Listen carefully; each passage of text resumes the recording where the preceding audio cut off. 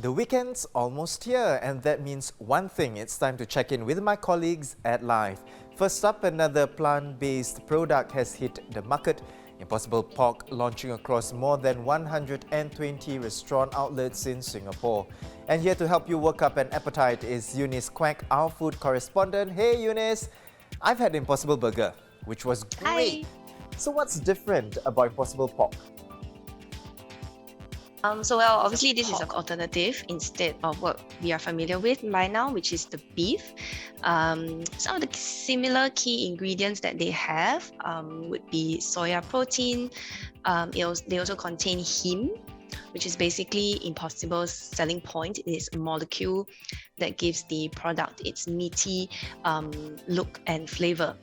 Unlike Impossible beef, the pork does not contain potato protein, and it also has a much softer texture to it. Eunice, I suppose anything's possible when it comes to impossible meat. So what sorts of dishes are restaurants creating using Impossible Pork? So I love that restaurants have been really creative this time around, even more so compared to when the beef first launched. You get things like Impossible Kueh Pai Tea, there's Ngoh Hiang, there's even Bak Kwa. And some really tasty dishes that I've tried were from Chinese restaurant Tong Lok Signatures. They've done like a take on the Peking duck wrap with a crisp Impossible pork patty. As well as really crunchy Impossible crackers that are kind of like really thin and crisp luncheon meat chips. Thanks, Eunice. You can read her review of Impossible Pork on the Straits Times website.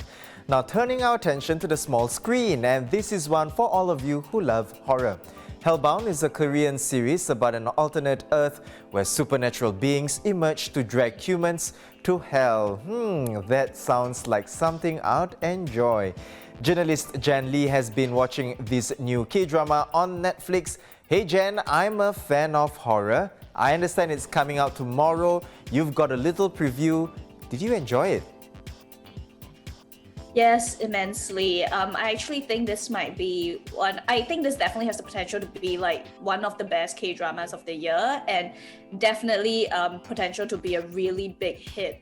I think across everywhere. So the director is Yeon Sang-ho, who did Train to Busan.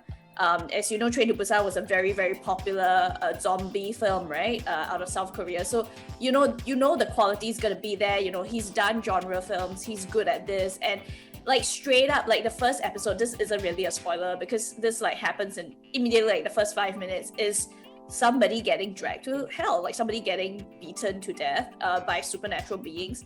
And it's so impactful, like the series starts so impactful and it's so horrifying because like it's actually quite, I wouldn't say it's graphic in the way that you think it's so much blood and gore, at least so far, not yet for me, but it's graphic in the sense that you really feel like the person is getting hit very badly, and it's so like extraordinary because it's this supernatural beings. They're huge and monstrous looking, coming out of nowhere, and it's also just like a genuinely very interesting story because it under the sci-fi, I wouldn't say sci-fi, under the sort of fantasy wrappings of it, it actually deals with extremely, I think, human problems and very philosophical questions because basically a cult emerges out of the chaos, right?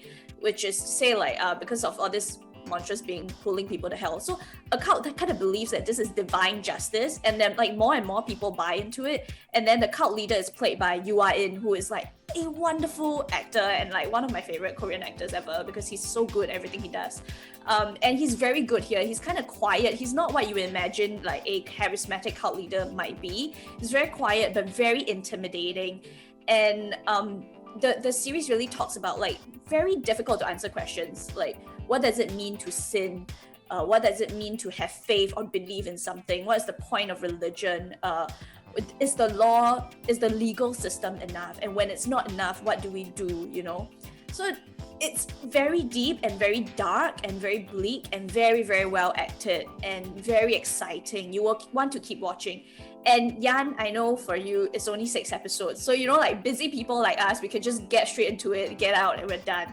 So I love it.